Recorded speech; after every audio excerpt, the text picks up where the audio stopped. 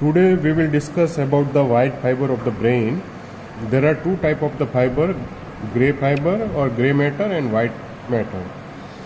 The gray matter which is formed by mainly the neuron, and the white matter which is formed by the tract or neuroglial tissue. The cerebral white matter, it is a compact mass of the vast number of the nerve fiber and neuroglial tissue. It lies deep to the cerebral cortex. So the most outer layer of the brain, it is the cerebral cortex.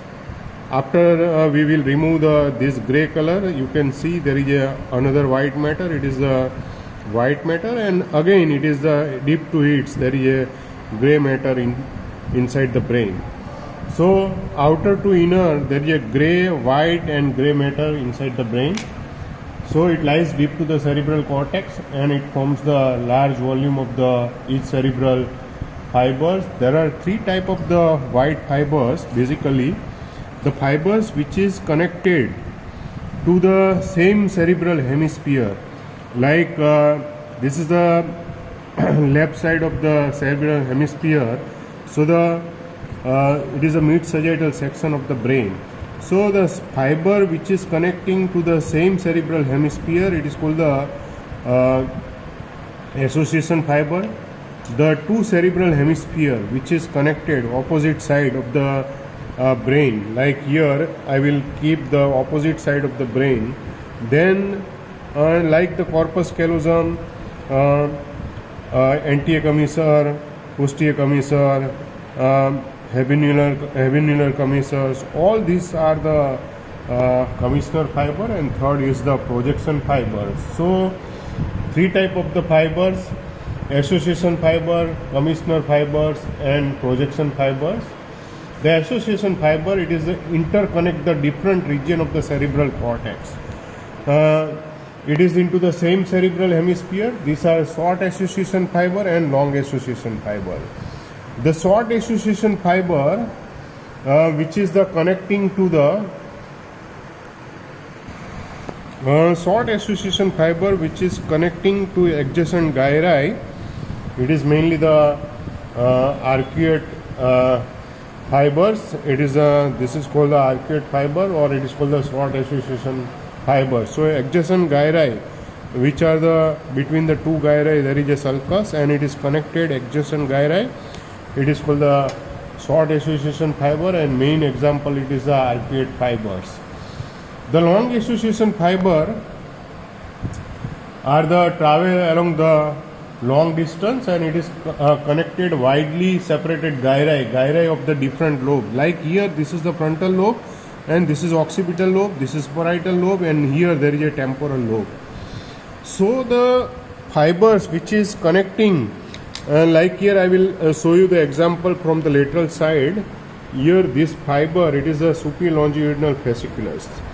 This superior longitudinal fasciculus which is connecting frontal, these are the white fiber, this is a gray matter. The fiber which is connecting from the frontal lobe, parietal lobe, occipital lobes throughout, it is called the superior longitudinal fasciculus, and this is the inferior longitudinal fasciculus.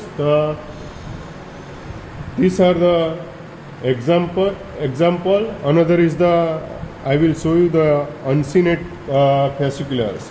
Here you can see this is the medial side. You can see there is a orbital surface of the frontal lobe which is connected with the temporal lobe, and the fiber of the uncinate fasciculus which connect the motor speech area and orbital surface of the frontal lobe. So it is connecting the motor speech area to the orbital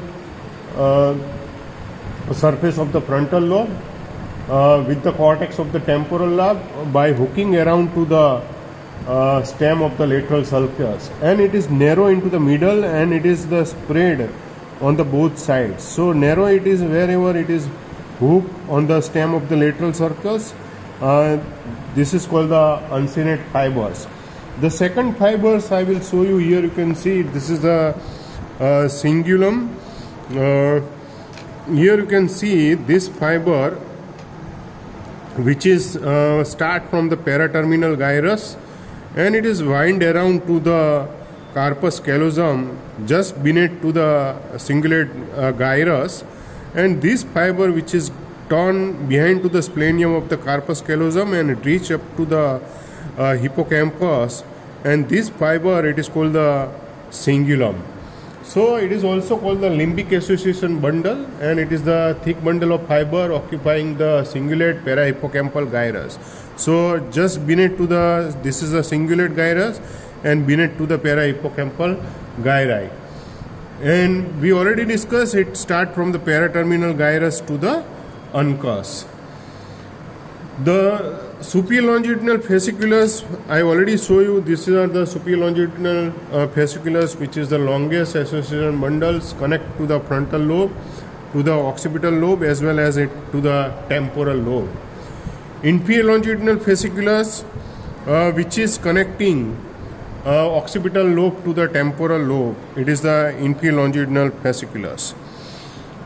So these are the white fiber of the association fiber. Another is the frontal occipital bundles. Frontal occipital bundles, which is lies deep to the superior longitudinal fasciculus, and if I have taken the parasagittal section, here this is a medial side, and just here deep to it, this fiber, it is a fiber, it is called the fronto-occipital bundles. This fronto-occipital bundles, which is lies deep to the superior longitudinal bundle, and it is separated by the fiber of the corona radiata. So this is about to the association fiber. Now we will discuss about the commissural fiber. Commissural fiber, which is interconnected to the two identical cerebral hemisphere. The bundle, it is the carpus callosum. It is the largest example of the based commissural fiber. Commissural fiber, it is the carpus callosum. Anterior commissures, this is the anterior commissure. Here there is a at the just above to the superior colliculi, there is a pineal gland. Below to it there is a posterior commissures. Above to it there is a habenular commissures, and there is a hippocampal commissures. It is the two column of the fornix which is united, and it makes the hippocampal fornix just beneath to the between the body and splenium. It makes the hippocampal commissural fibers. So the corpus callosum, it is the largest commissure fiber of the brain, connecting to the two cerebral hemisphere. It connects to the neocortex of the two sides. It attains nearly 10 centimeter in length. The anterior posterior length of the hemisphere, it is length of the corpus callosum, it is nearly 10 centimeter, and it consists of the more than 3 million fibers. Corpus callosum connect all part of the neocortex of the two cerebral hemisphere except the lower anterior part of the temporal lobe. This temporal lobe, which is connected mainly by the anterior commissures. Mainly it is connected by the temporal lobe, which is connected by the anterior commissures. Remaining three lobes, frontal, parietal and occipital poles, which is connected by the corpus callosums. The external features of the corpus callosum form a massive arch interhemispheric bridge on the floor of the medial longitudinal fissures. This is the superior view of the brain, and this is the right cerebral hemisphere. This is the left cerebral hemisphere, and this is the medial longitudinal fissures. And deep to it, here you can see it is connected by the two corpus callosum, both the sides, which is connected to the midline by the just deep to the medial longitudinal fissures, which is connected by the corpus callosum. And it has a two surface, superior surface of the corpus callosum, inferior surface of the corpus callosum. Superior surface of the corpus callosum, which is covered by the thin layer of the grey matter, it is called the indusium gracium. Here there is a very thin layer of the grey matter which is covering to the corpus callosum. It is called the indusium gracium. and it is terminated into the paraterminal gyrus anteriorly, and posteriorly it continues as a gyrus fasciolus. Inferiorly, this corpus callosum, which is connected to the fornix, this is the fornix, by the septum pellucidum. This is the septum pellucidum. So inferiorly it is connected, corpus callosum, which is connected to the septum pellucidum, and this septum pellucidum, which is connected to the fornix. So the corpus callosum connected to the fornix by the septum pellucidum, and it divides the two cerebral hemisphere into the two, and this is the interventricular foramen, and deep to it there is a third ventricles. The anterior pole of the corpus callosum, which is lies nearly 4 cm below, behind to it is called the frontal pole of the corpus callosum, which is lies behind to the 4 cm, and the splenium, which is lies 6 cm in front of the occipital pole. In sagittal section of the cerebrum, it is the C shape of the corpus callosum, forming the mainly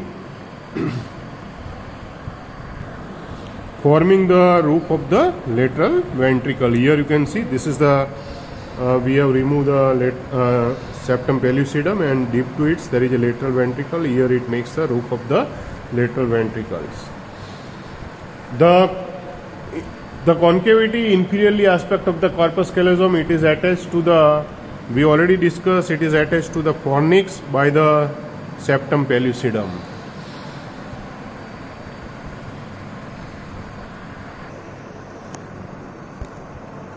Anteriorly, here there is a corpus callosum which is lodges the inside the callosal sulcus, it lodges the anterior cerebral artery. So the superior aspect of the corpus callosum, which is covered on its side by the cingulate gyrus, and it is also separated by the callosal sulcus. So this is about to the corpus callosum, and the part of the corpus callosum, this is the rostrum of the corpus callosum. It is a very thin part, it is called the rostrum of the corpus callosum.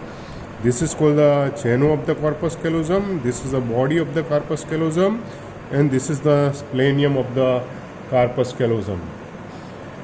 The rostrum of the corpus callosum, it extends downward, continuation of the genu. This is the arc fiber, it is called the genu, and the very thin fiber which is extending from the genu to the lamina terminalis. Here this is the lamina terminalis. So this fiber which making the rostrum of the corpus callosum, and it mainly making the floor of the antihorn of the lateral ventricles.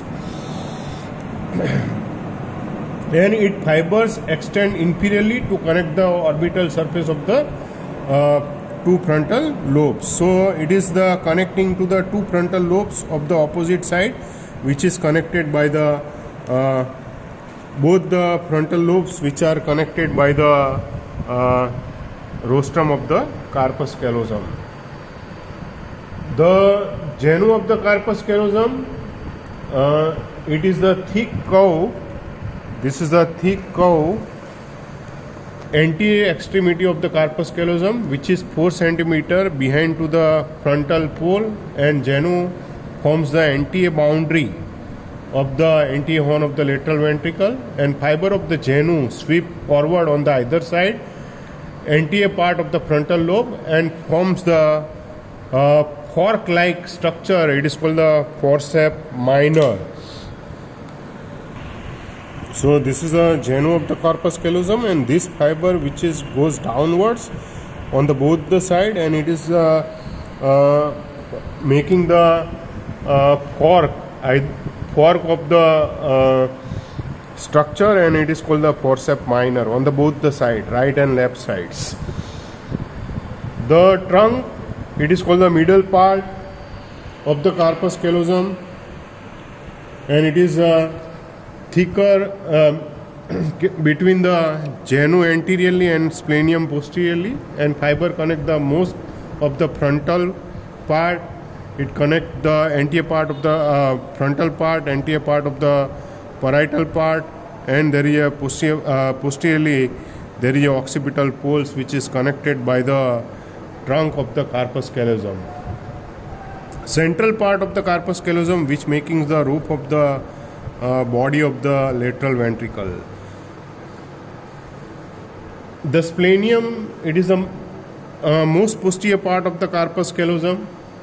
It is lies 6 cm in front of the occipital pole.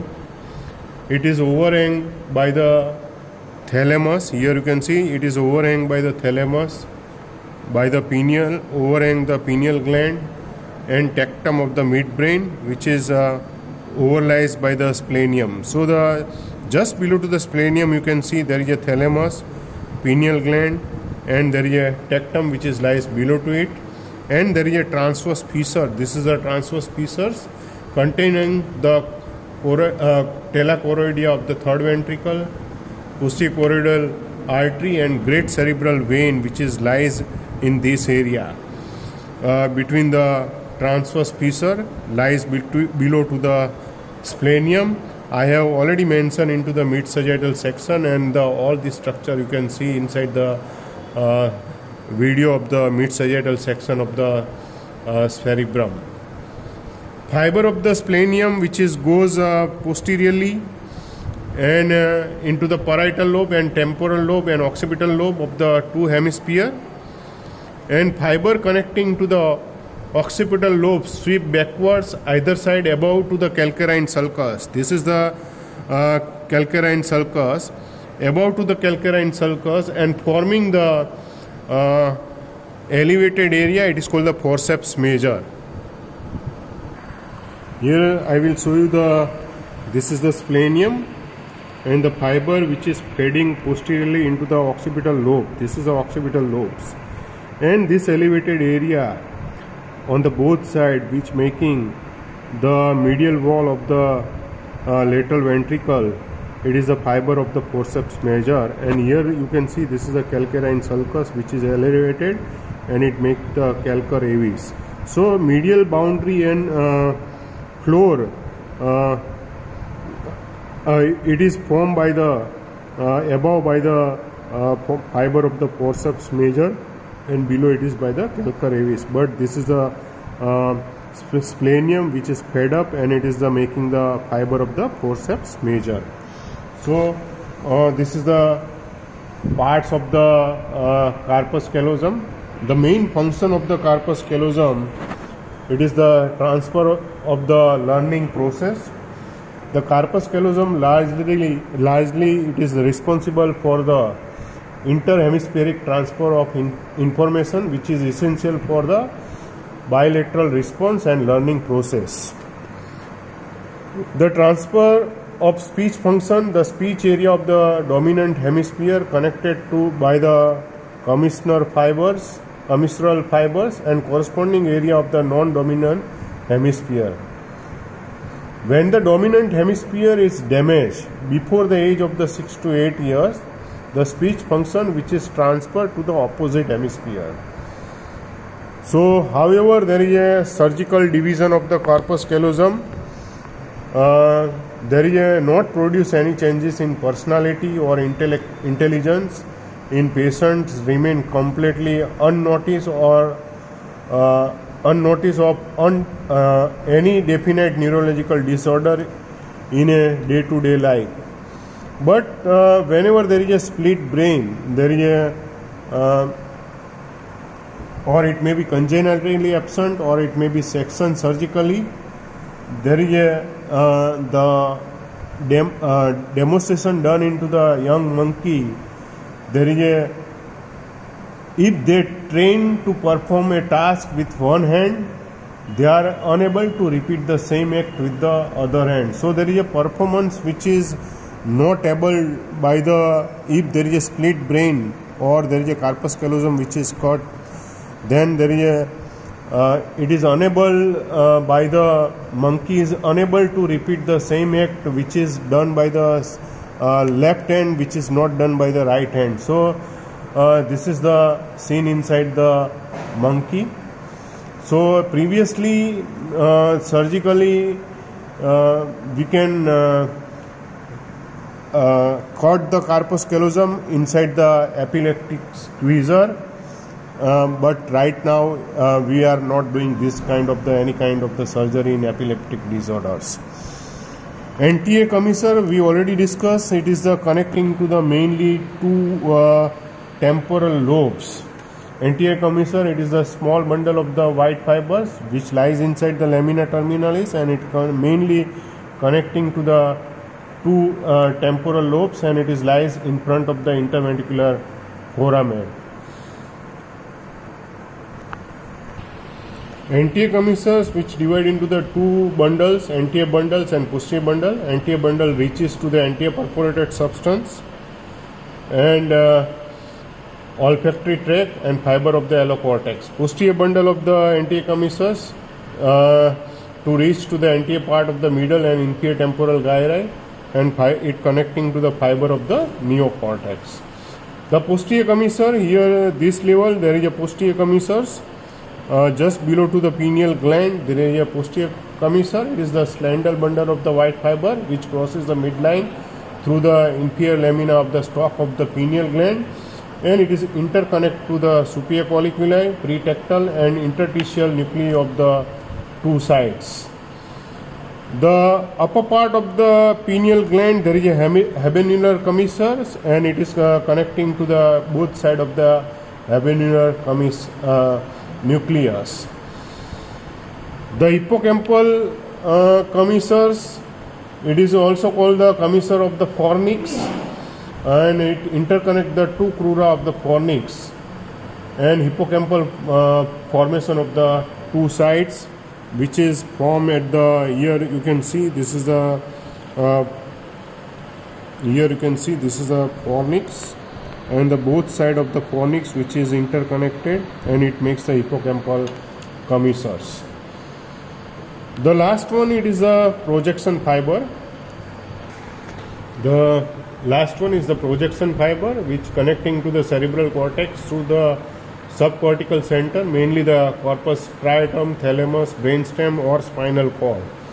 The fiber of the two type, corticofugal fibers, it is go from the cortex to the center into the different part of the CNS. From it means it goes from the cerebral cortex to the spinal cord or brainstem. It is called the corticofugal fiber, and corticopetal fibers, which is the from the it goes towards the cerebral cortex.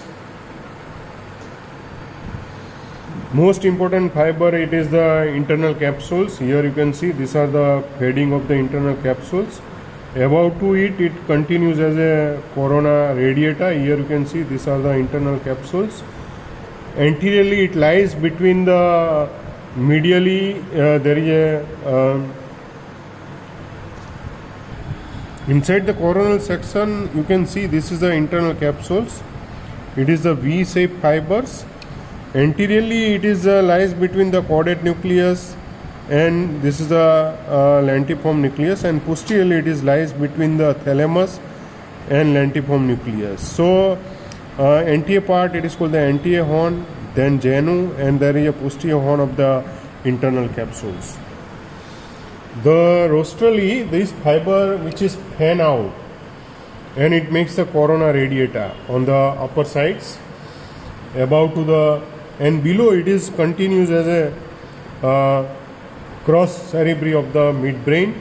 It is in front of the substantia nigra of the part. It is to make the cross cerebri of the midbrain.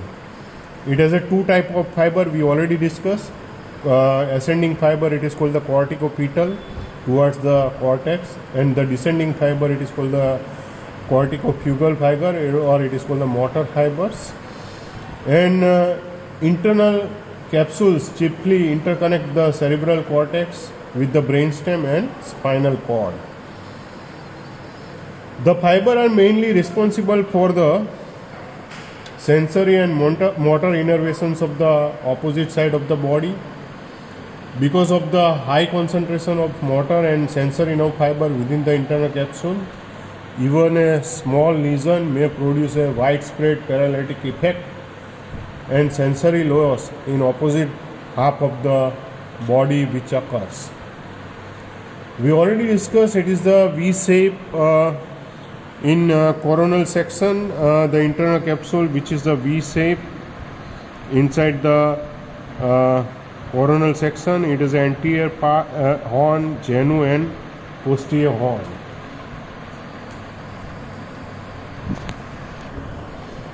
We already discussed three parts: anterior limb between the lentiform nucleus and caudate nucleus, the genu which is lies between the anterior limb and posterior limb, and the posterior limb which is lies between the lentiform nucleus laterally and the thalamus medially. This is the posterior limb. Other two part, it is the retrolentiform and sublentiform part. Sublentiform means lies below to the lentiform nucleus. This portion, it is called the sublentiform part, below to the lentiform nucleus, and retro means behind to the lentiform nucleus. It is difficult to show you in coronal section, but it is behind to the lentiform nucleus. It is called the retrolenticular part of the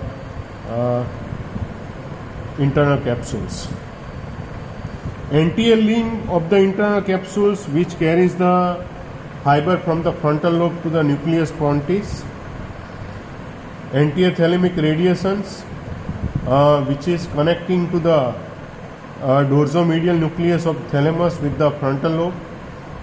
Antroventral nucleus of the thalamus with the cingulate gyrus. So anterior limb, it mainly connecting the fibers from the frontal lobes to the pontine, so it is called the frontopontine.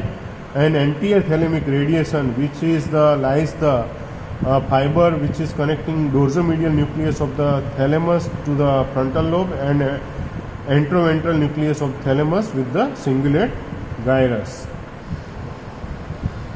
Genu,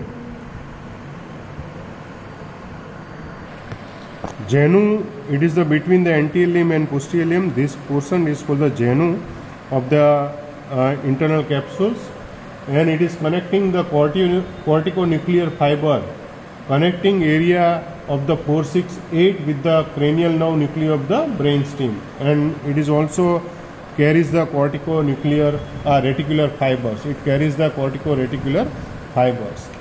Posterior limb of the internal capsules which carries the frontopontine, parietopontine fibers, corticospinal fiber mostly located anterior 2/3 part of the posterior limb, corticoruberal fibers to the red nucleus, superior thalamic radiation which is connecting thalamus with the motor and sensory cortex. Sublentiform part, here you can see this is a sublentiform part below to the lentiform. Fiber which is carries from the auditory radiations from the medial genicular body to the area number 41 and 42 of the temporal lobe. It also carries the fiber of the Meyer loops of the optic radiations and temporopontine and parietopontine fibers. The last one is the retrolentiform fibers, which is lies on the posterior aspect of the lentiform nucleus, and it carries the fiber of the optic radiation, posterior thalamic radiation connecting pulvinar with the 18, 19, 39 and 40 area number. It is connecting to the posterior thalamic radiation connecting pulvinar with the area number 18, 19 means association visual area, and 39 and 40 area, it is called the Wernicke's area, and parietopontine and occipitopontine fibers. This is about to the internal capsule. The arterial supply of the internal capsules: anterior limb which is supplied by the striate branch of the anterior cerebral artery, recurrent branch of the anterior cerebral artery, and the striate branch of the middle cerebral artery. This is coming from the middle cerebral artery. The genu which is supplied by the recurrent branch of the anterior cerebral artery, striate branch of the middle cerebral artery, and direct branches from the internal capsules. posterior limb which is supplied by the striate branch of the middle cerebral artery, and anterior choroidal branch of the internal carotid artery, posterolateral branch of the posterior cerebral artery, sublentiform part which is supplied by the anterior choroidal branch of the internal carotid artery, and posterolateral branch of the posterior cerebral artery. Retrolentiform part, it is supplied by the posterolateral branch of the posterior cerebral artery. So this is the blood supply of the internal capsule. Clinical aspect of the internal capsules, it is a ascending sensory and descending motor axon course through the internal capsules. Occlusion by the vascular supply, either anterior limb, posterior limb, or a genu, or a retrolentiform or sublentiform part, it can result paralysis and loss of the general sensation of the opposite side of the body. It is called the hemiplegia. The most common lesion affecting to the internal capsule is the hemorrhage or thrombosis. This occurs most commonly due to the rupture of the lateral striate branch of the middle cerebral artery, which supplies to the posterior limb of the internal capsules. This artery is also called the artery of the cerebral hemorrhage, or it is called the Charcot artery of the cerebral hemorrhage. This is the most common artery to rupture because it is remain under the constant high pressures and has no collateral vessels. So this is about to the clinical aspect. Hope you enjoy the lecture of the white fiber of the brain. Thank you very much.